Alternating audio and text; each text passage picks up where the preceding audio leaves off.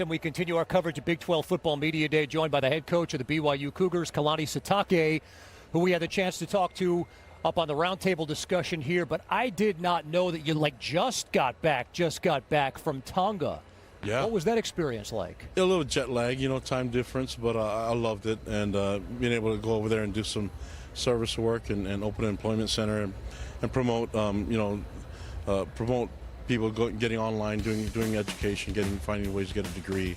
It was really good for me and great for my family. So I'll be going back, next year, probably after Media Day next year, though. Was this your first time?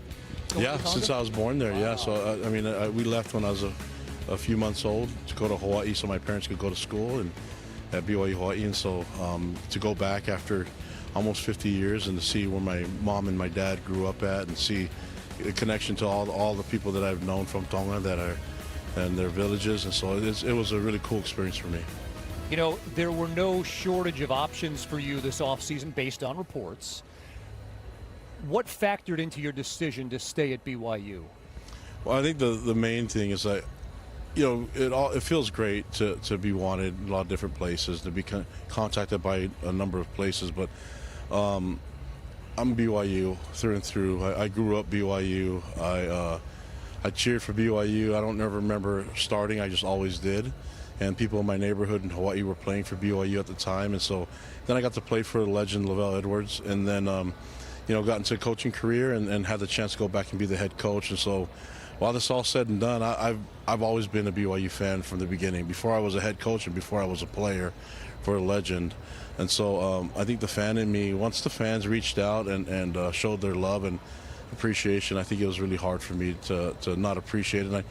And I probably took it for granted a little bit. And so it's nice to go through that moment of humility and to be thankful for that opportunity, but just really be happy for what I have and be grateful for the position that I'm in right now. Well, what you have is you have a football team that returns a lot of combined starts, best in the conference. How does that look to you this spring, as far as when you're watching this team play? When you came out of the spring, how did you feel about what you thought the 2026 may look like for you? Yeah, I feel like we have a good chance. There's obviously some areas where we know that we need to get some things going. And there's a lot of work that needs to happen between now and the first game. But what I like about this young team and the young men on our team is that they're very coachable and they take it and run with it. So all I have to do, guys, is not get in the way and not mess it up, really. I feel like as long as we give them the autonomy, and I wish I can take credit for all that. It's what Lavelle did for me when I was a player, what he did for me and my teammates. And you see a lot of that, present in college football, with Kyle Whittingham being a former BYU player and Steve Sarkisian being a former BYU player, and even Andy Reid, And so the influence of Lavelle Edwards is everywhere, and it'd be foolish of me to meddle in it and mess it up. So I'm just going to try to keep this train rolling and put a lot of the autonomy and the power on the players. 23 wins the last 2 years. I think it's more than rolling. It's chugging down the tracks. Bear Bachmeier, I don't know, maybe you saw it coming as thrust in there as a true freshman. He was excellent. Where can he take his game to? What have you seen, and where do you think he's headed in his sophomore year? I think he's done some great things, and to be a true freshman and start at BYU is not an easy task. But I'm grateful for his work ethic and his willingness to get better. He's a learning machine, and he's humble, so easy to work with. He's a dream for me as a head coach and for our staff to work with, and so I think the sky's the limit for him. But I do also want him to realize that he doesn't have to do it himself, that there's three phases to this game, and for us to play complementary football, we require him to be humble enough to realize that he doesn't have to take it all upon his shoulders. I think he's a guy that's willing to do all that. I think there's a time and a moment for it, but I also want him to learn when he can turn that on, and that he doesn't have to risk his health to do it, And he wears that number 47 for a reason, but it's not so he can just put himself at risk. And so the best ability is availability. We need him to be there and be ready to roll and make great decisions, which he's capable of doing it, but also realize that he doesn't have to do it all by himself. Talking about telling people to just be themselves. Now that Coach Papinga takes over for Coach Hill, what have you told him? Obviously it's, he's been on the staff. He slides into that role. What has been your advice to him, or have you really not even given him much? Yeah, I knew Coach Papinga was going to be in a position to be the DC long ago. I felt good about him from the beginning. He created himself an amazing reputation working with Bronco Mendenhall and as a position coach. So when I took over the job, I got to coach amazing players like Fred Warner, who was very, he was praising the things that Kelly Papinga did for him as a position coach. So it was kind of registered in my mind, like, this is a special guy. And not just him, Sione Takitaki, Harvey Longy, all these guys that played that position. And I knew there was something special about him. So when I had an opportunity to bring him on staff, I needed to see for myself. And when he was here with Jay Hill, I knew he was going to be the guy. Yeah. You know, and so it was just a matter of time when Jay had his opportunity to leave. I thought it'd be as a head coach. Going to Michigan, I can't fault him at that. But we had a plan in place already to go. And K-Pop, as we call him, he'll be ready to do his thing. And being a former player and understanding the position and being a defensive guy, he gets it. With the training that he received from Bronco Mendenhall and what he's received at Boise State, I mean, I think he's primed and ready to roll. Yeah. Well, he inherits 8 returning starters on that side of the ball and a transfer in Cade Uluwave, who is a heat-seeking missile. How is he going to help change the complexion of your defense? Yeah, Cade is a special player, and we made a mistake in not recruiting him hard enough out of high school, and I'm glad we had a second chance at him because he's a unique and he has a special gift. I actually thought he could play running back. That's how good he is and versatile he is as a player.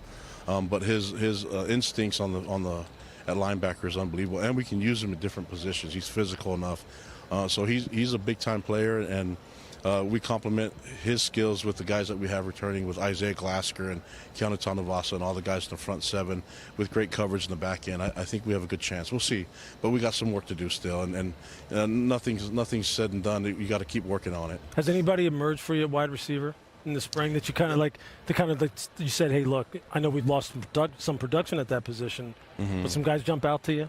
Yeah, well, it's hard when you're replacing. So there's Chase Robertson. It's like he's been here every year. Yes, you know, and then he's been there a while. People forget that he was actually a backup to Puka Nacua. And so when he had a first chance to start, Puka got hurt in the Baylor game, and Chase stepped in and helped win that game. So now it's an opportunity for somebody else to do that. And Chase's leadership has been amazing, just like Puka's has been amazing in a program, and especially that wide receiver position. So now it's just we'll see. I hate to name a bunch of guys, but there's 8 guys that we feel good about being able to play that position, and even some young guys at that. Kyler Casper coming over from Oregon brings that size, be a mismatch problem outside. He's one of them as well. I asked you before, I was like, you think you got a pretty good team. You just said, I just want to be physical, which I said spoken like a true fullback. It's so hard. Practice, though. Take me inside of practice. Sometimes the only way to be a physical football team is to practice physically. How do you guys take training camp and a build-up? You got a tough schedule. I mean, you got Notre Dame on that schedule. You got to go to Utah. Goes on and on.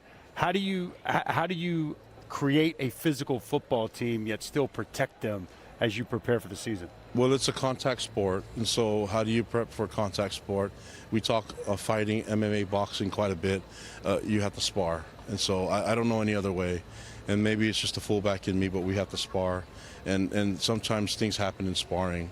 So I'd hate for them the first time to tackle in their career is to be in a game. That's never going to happen at BYU. So we're going to tackle, and the only way to get better at tackling is to actually put yourself in a position to do that.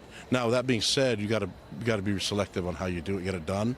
But I'm not going to bubble wrap these guys, man. You know, we've got some things to do, and sometimes guys get little bumps and bruises along the way. They understand what they got themselves into and what's required. There's just some things your body have to go through in the process of a season, and we don't have a lot of space to waste now. So we got to be ready to roll by game 1. You know, I was talking to Bear down there on the telestrator, and Dusty was up here interviewing LJ. So I don't want to take your, I was just listening to it in my headset, and LJ was talking about the fact that he says, like, the games are so much easier than practice, but he likes it. Like, the games are just fun. Is that by design? Is that how you want it to be for them? Yeah. You want the game to be the reward. For sure, and I want them to practice hard so that the games are you're basically understanding what the situation is. Make mistakes in practice. We learn from them, and then the closer we get to game day, the less mistakes we make. And so I want them to be aggressive, try different things, especially at quarterback. Yeah, Barrett, go ahead and try to thread the needle here. And if it doesn't work, then why would it work in the game? I don't want you doing it for the first time in a game. And so we're going to try a lot of different things. And in order to do that, you have to play a lot of 11-on-11 football.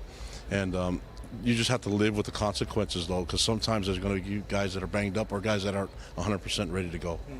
One last question for you, Coach. I'm thinking about the year you had last year. What's expected this year? BYU has the #1 pick in the NBA draft, and A.J. DiBonsa. What's the state of athletics at BYU right now? Yeah, I think we're in a really good position. If anything, it piques curiosity so that people can say, hey, BYU could probably be a destination where I could look into. And so having different diversity and different people come to BYU that maybe aren't what your typical would be in the past has been key for us, no matter what the sport is. It's a difficult school academically, but that's why the degree matters. And the connections that you make, there's a lot of really cool, unique things about BYU that you can't get anywhere else in the country. And we're starting to see that a lot of people are trending towards coming to us, and in all different sports. And it's not just because of athletics, it's because there's a lot of cool things that are attached to it. Connections, the network, the experiences, and the people that you get to be around is second to none. And the TV production crew, who at BYU TV has done an amazing job here this week. Coach, it's so great to talk to you, and we really wish you the very best this season in Provo. Coach Kalani Sitake, thank you for the time. Thank you, gentlemen. Appreciate it.